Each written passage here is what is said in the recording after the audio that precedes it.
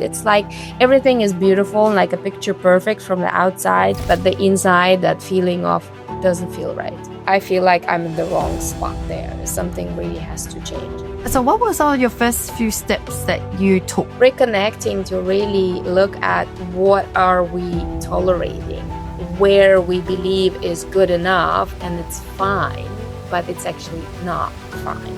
What's your definition of success now? Is being present. Welcome to the EO Business Podcast, hosted by Linh Podetti, founder and CEO of Outsourcing Angel and a member of EO Sydney. The show features real and honest conversations with entrepreneurs from Entrepreneurs Organization, a global community of more than 20,000 founders across over 60 countries who are building businesses that create impact beyond profit. Today's guest is Natalya Berdikyan, founder of Life by Design Academy.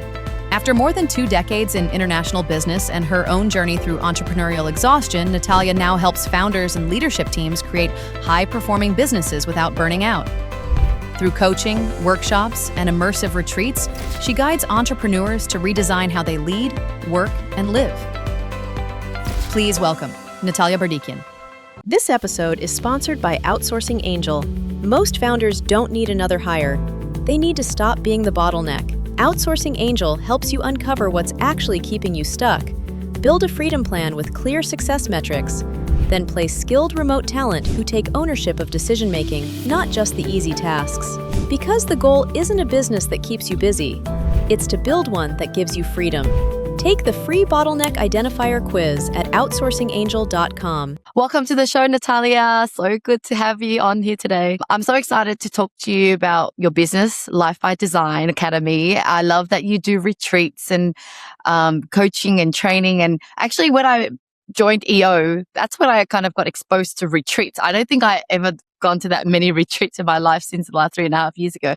But before we talk about your current business, let's go back a little bit about how you started your journey in entrepreneurship and then how you eventually even started the EO Belgium.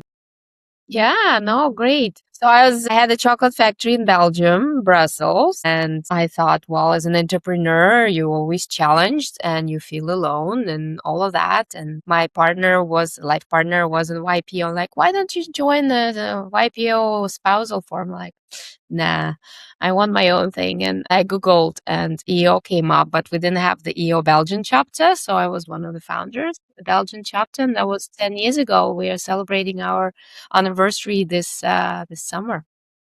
Wow. Well, let's go back a little bit in your younger days. You know, were you always in businesses, and when did you get into business with your partner? And yeah, take us from that journey into where you end up joining EO or starting EO. I think the first entrepreneurial experience was when I was around 8. You know, in Russia, we have this camp house outside of the city, outside of Moscow. We had our dacha with my grandma, lots of vegetables and fruits. And in the summers, collecting fruits and vegetables, I ended up in the market selling these, feeling extremely proud to, after the work was done, actually present it to the market and sell it to the market. So if you actually look at the entrepreneurial experience, I'd look back in the days. And then when I was a student in Amsterdam in the end of East, I went to China and created the line for hair accessories for the babies, girls, and started selling those to Eastern Europe and Russia. So that was when I was 20 something. But then as a foreign student, you know, Russian living in Holland, paperwork is a big thing. I had to basically have the work to get my residence and working permits and all of that. Like, okay, we'll park the entrepreneurial experience for a bit and sort out the legal stuff first. So that's what I did. Yeah. And then the chocolate factory came afterwards. I was living in Belgium and my business life partner offered me an opportunity to buy in and run the factory. So I became a shareholder and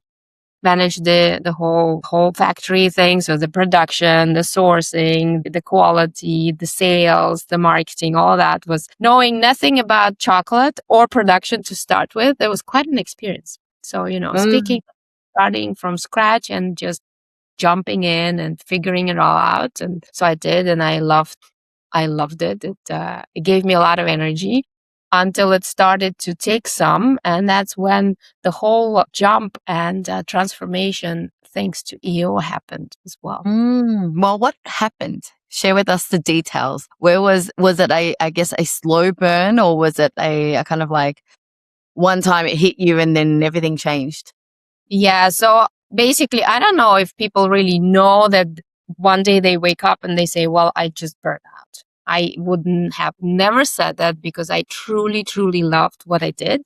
I mean, who wouldn't love running a chocolate factory, right? We even had an EO for kids, Charlie in the Chocolate Factory thing. So basically, it's sort of slowly comes. And that's why I do what I do now is I didn't know what was happening. I just felt like it wasn't aligned in line with who I am. It was just, I felt exhausted and drained, and stressed wasn't even the right word for it. It's like everything is beautiful and like a picture perfect from the outside, great company, great family, everything looks really great from the outside, but the inside, that feeling of doesn't feel right. And I thought I don't have any intuition anymore. I started even reading books on intuition. As simply it was that I wasn't listening to that inner voice. And when we stop listening to our inner voice and just start living to everybody else's expectations, a lot of our own as well, and start feeling heavy. And that's when the drain comes in. That's when it starts affecting our health, the way we experience it, the way we show up. And I'm like, okay, something needs to change. And so then RLA, the original Leadership Academy of EO, came around. I'm like, okay, I gotta go. Because I was always in the boards in EO since the launch until now, actually. So it was the first event we had in Peru, and it was with Warren Rastang and George Kahn. And it was, the ones that have ever been to their events is truly amazing and transformational. And standing with 30 entrepreneurs, I even have the goosebumps now. 30 entrepreneurs on top of Machu Picchu, listening to Warren Rastang's speech, I was like, okay, I feel like I'm in the wrong spot there. Something really has to change. And it's like, it's wonderful, chocolate family, chocolate production and everything. But apart that, we had a whole lot of sugar, and sugar wasn't part of my value system. And clearly, when we don't do something in alignment with our values and our beliefs and our purpose and all of that, it starts to slowly bite us until it basically, something happens and we feel whatever. And people started saying in my team, like, Natalya, I think we need to take a break. Like, how do you take a break? I love what I do. I'm needed here. It's all going to go down. If not, so you can't let go. I couldn't let go. And till I realized, like, okay. And someone even mentioned the word burnout. I like, no, burnout is for those that basically don't like what they do and do it 24/7 and can't handle it anymore. I can handle it. But it's like, if you keep on dragging it and you keep on putting weight and thinking you can do it, at some point you just collapse, like unseen. Yeah. So Well, before you met Warren Rustan and before you realized that you were going through something that you weren't aware, I guess, what was your definition of success before? And then what did you realize now that you were wrong? that's a very good question. Success. Well, I was hanging out in the YPO and EO environment, which are also very different environments for those that know. And success to me is, a title, a company, the money, a great car, all of that. It's slightly superficial, or let's say ticking all the boxes, nice house, nice family, nice, all of that. And so people would say, well, Natalya, you need to be happy. You got everything. Okay. So I'm trying to fit into that big, nice, beautiful picture and like it or love it. But then like, no. And so I think back then success was more external till the importance became more internal, and the need actually, to really feel rather than validated and seen, to feel great and in alignment. I think EO had a lot to do with that, of course, because, in EO people grow and learn, and it's the internal journey that also becomes external and everything as a result of. But I think from also the people I have seen on that journey for the past 10 years, they have evolved personally a lot, and it's a very different ball game than what I've seen in YPO, for example, and maybe has changed since. Yeah. So you mentioned that, you enjoy what you were doing and you felt like you could handle it all. Did you drop any balls on any other area? Like, for example, did you make time for working out, health and fitness type thing? Or did you still spend time with friends and worked? Or did you miss out on some of those other areas? Yeah, and that's a very good question. And that's why it wasn't very clear, because from the outside, I went to the gym after work, and I organized my social gatherings and house parties, and I went to exhibitions and I traveled and all of that. So I did, but apart that there was a bit alcohol involved, house parties and everything. And, people drink on social occasions, which I don't for the past 7 years as one of the things. And so I thought I'm doing all the right things. But now that I have a completely different experience, plus I am in a completely different industry that's more connected to wellness and well-being, I can understand that pushing through and then, going to the gym and working out is actually not slowing down, right? And with the study of Chinese medicine and everything, Chinese doctor once said, like, you have too much yang energy. If those know yin and the yang is the more driven, action, male dominating industry, of course, like, no, but I'm now a yoga trainer. It's slow down.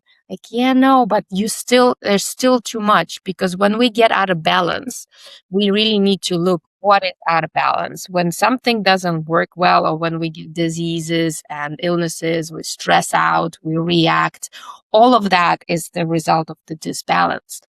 So, and then I started Qigong, which is more even slower. And I'm like, okay, so now I'm more balanced. But I started looking at all of these. So when I hear entrepreneurs saying, well, I go to the gym and I do this high pressure sport and I run and everything, but then they still feel exhausted and stressed and, they snap and whatever, it's really because that is just really not a recharging time. And that workout doesn't necessarily do them good at that time. I mean, okay, they might stay fit outside, but the inside, there's a whole bunch of processes happening. Yeah, so that's an example. Plus, Yeah. stop the drinking, whole different. Well, like you, I quit alcohol 3 years ago and life is amazing. It's a lot more peaceful and predictable. What I found is that, when I used to work out or when I used to hustle, it's because I was driven by the wrong reason. I was trying to prove to my parents wrong, or I was trying to show the world that I can be fit. And so I think that the motivation changes the outcome in a sense. So you could be working out, but you're doing it for the wrong reason. Is that similar for you, where you were just doing things, but it wasn't the right heart, the right intention? Definitely. I mean, work out to stay fit and have slim figure and fit into those beautiful dresses and everything.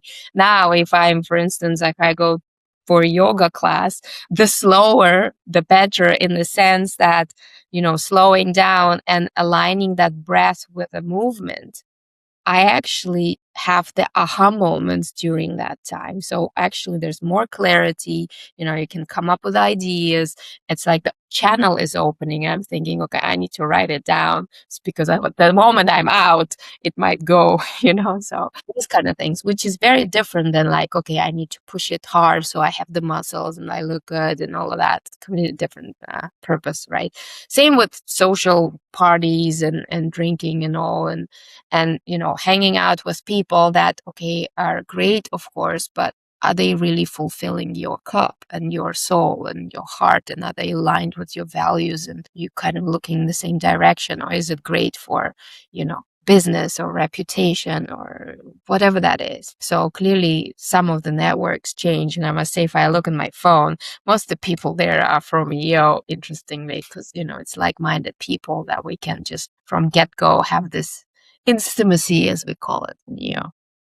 So what were some of your first few steps that you took? And I guess if someone's listening, they're like, okay, yeah, like I'm curious. I do want to start opening up to a new door to something here that sounds interesting, like they might be, I think they are where they are because it's comfortable. It's just what they know. And they might be interested in what you're saying, but I guess they don't know what the next step is. Reconnecting to really look at what are we tolerating, where we believe is good enough and it's fine, but it's actually not fine.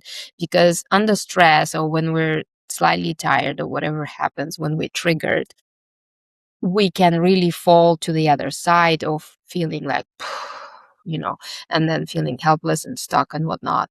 And so really looking at what am I tolerating? What is really not good enough and where I would rather be, how I would rather live, what I would rather really do, what gives me energy and, where I feel that joy and bliss and flow and what drains my energy, what triggers me, what pisses me off, what stresses me, especially when it's repeated, really looking at these things. I think EO Forum is really great opportunity to really, really do that exercise of thinking and feeling what is actually happening inside and really using that as an outlet. If we do forum properly, we can come up with all of these answers as well.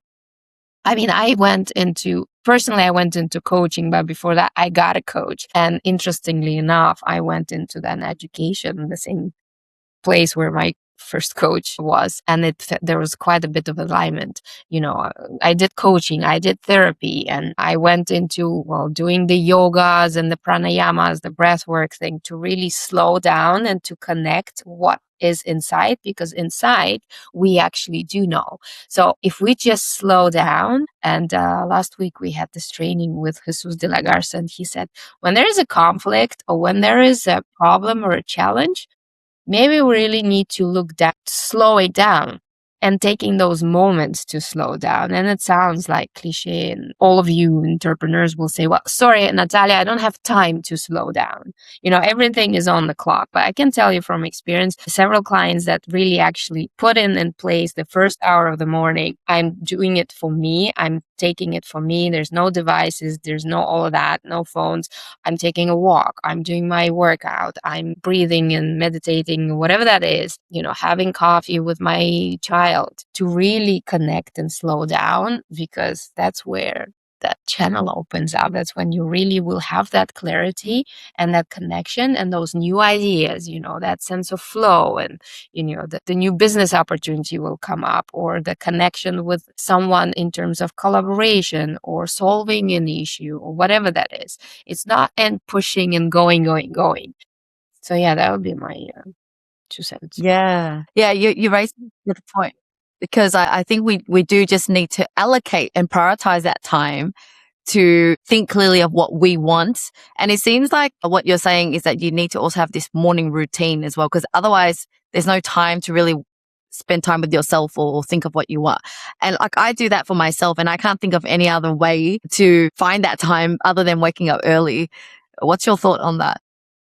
Routine is definitely a thing, and it might sound boring and everything, but routine basically just gets us going and takes that mental pressure off, because we do that automatically, so to speak. For me, it's also in the morning. If I don't do my yoga session, the breathwork session in the morning, then the rest of the day might be packing up. Also, before I go to bed or when I wake up, before I actually get up, because, I have a 1-year-old baby, so life gets busy. On the way to the nursery, okay, I'm lucky enough, but it's also by design that I moved from Belgium to Spain to Barcelona. I live in front of the sea. So when we take a walk to the nursery or back, I look at the sea, it's that calming thing.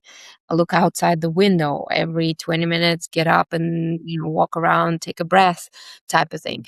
Teens can also be, as you said, in the morning. Yeah, if you can book that hour every day, so it's in your agenda, because, if it's not in the agenda, it doesn't exist kind of thing, or someone manages your agenda instead of you. But also those little moments in between meetings, in between things you have to do, like those 1-2 minutes that one can have, just take a breath. And that's an amazing experience. Just inhale and slowly exhale. Couple of times, slows down our nervous system. We have more connection, more clarity. And that's a miracle in just 1-2 minutes, routine.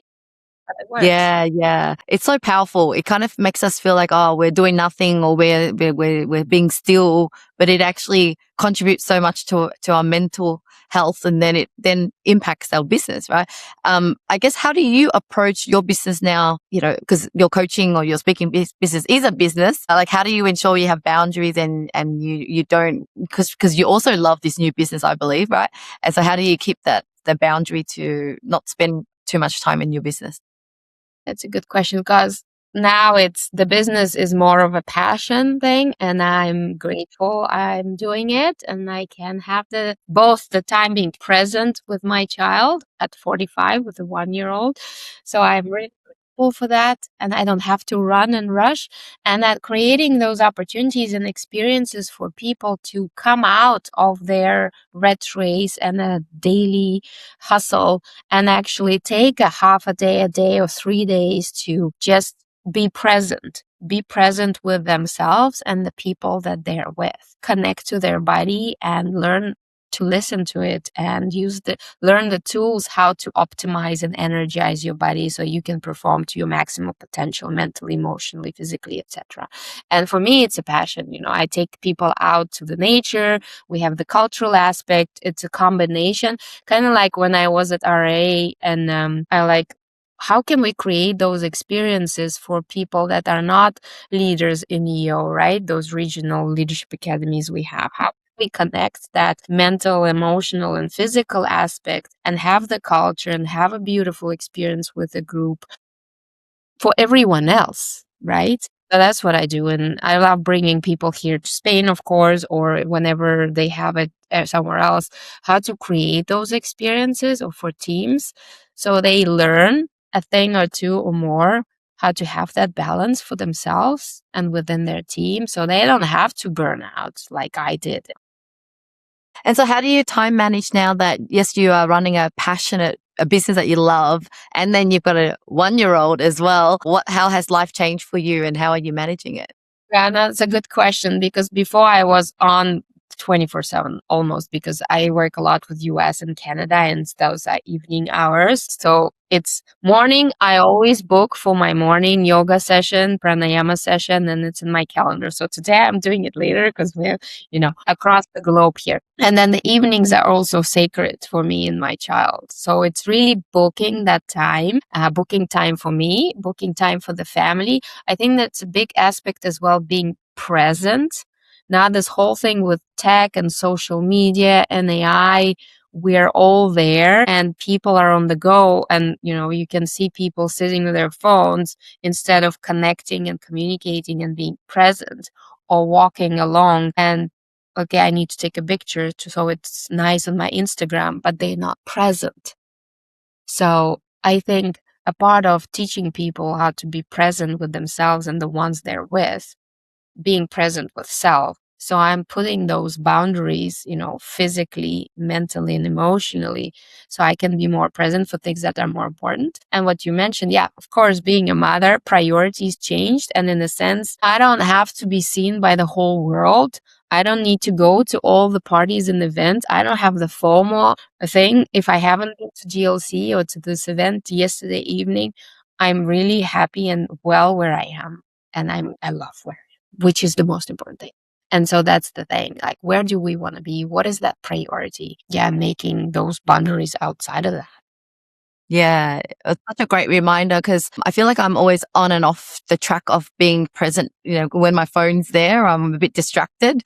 But unless I designate some time where I'm not touching my phone, I don't. But then when it's there, it's so tempting. And this week, my son has been going, "Mom, you keep looking at it." And then, as you're saying, I'm like, you know what? It's something I have to constantly work on it again and just get on the wagon again, or you get off track. That's, yesterday was a little of a shocker. I was with the baby and she took something. It was a toy. And she put the toy to her, and she's 1 year old. She put the toy to her phone. I'm like, okay, this is a sign that She's even been watching you. not much with the phone in front of her, and I'm telling everyone else not to sit with the phone in front of the baby.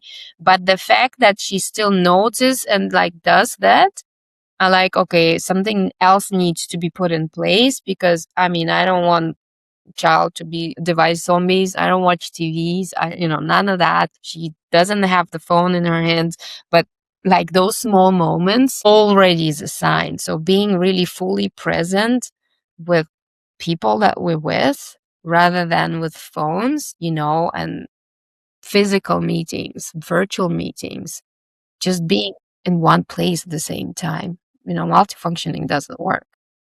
And clearly it affects our nervous system and stresses us out. Yeah. Yeah, and I think it's just being aware, and when we're human beings, we'll make mistakes and we'll fall off track, but it's just being aware and quickly pivot back. So what's your definition of success now? Back then it was all about, I guess, success, money and titles you mentioned, but now what is it for you? Is being present.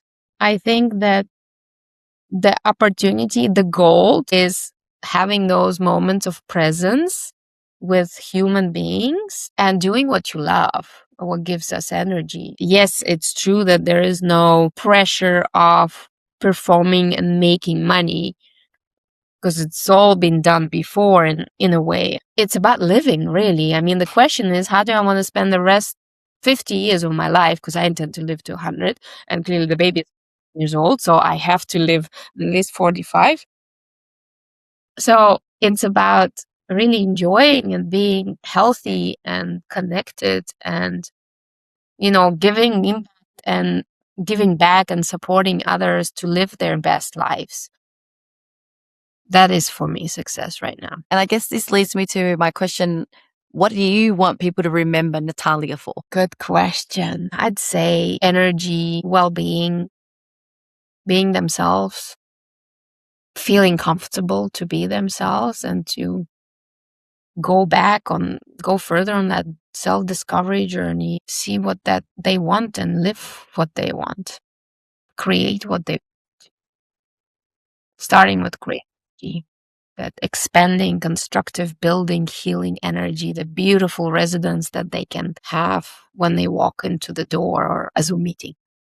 Oh, I love it. I can feel it. I can feel a sense of peace when I'm talking to you. It's just calm and slow, but yet gracious is a word. So what's next for you? I guess I know you're planning to live for another 50 years. What are some of your aspirations? What do you see your future like? Well, what came up is that really that baby grows in the best possible environment with joy and presence and health and happiness. And it takes a village to raise a kid. In EO, I remember years ago, people said the greatest leadership of all is parenting. I can relate to that. And there's a lot that we discover through the kids and learn about myself.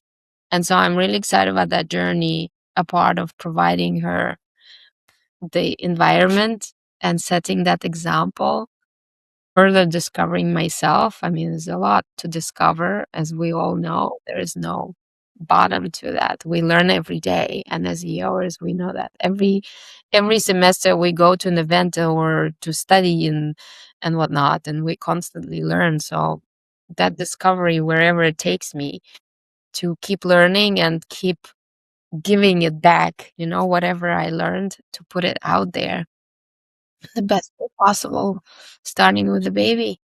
Oh, so beautiful. I guess, how do people connect with you? Where can they find you? Well, I'm on LinkedIn, Instagram, and wherever, as much as I can talk about social media, that might be the best way to connect. Natalya Berdikyan, or you can go to lifebydesign-academy.com. You can find me there and everything we do. And send me a WhatsApp. I'm on the EO platform as well, if you are an EOer. So happy to connect with you. Support in any way possible. If you come to Barcelona, which a lot of people love coming here, whether, to visit with family or their retreat forum, always welcome. We make the best experiences for you. We're all very welcoming. We'll take a walk by the sea and have deep conversations and take it from there. Very tempting. I think I have to consider the retreat in Barcelona next time for my forum. Well, thank you so much, Natalya. I really enjoyed our conversation, and I hope that people feel that sense of how I want to do something different with my life. I want to, I guess, still be able to run my business, but in a way that is more sustainable and more fulfilling. So you definitely made me feel so calm. So thank you for this conversation. Thank you so much. Speak to you soon.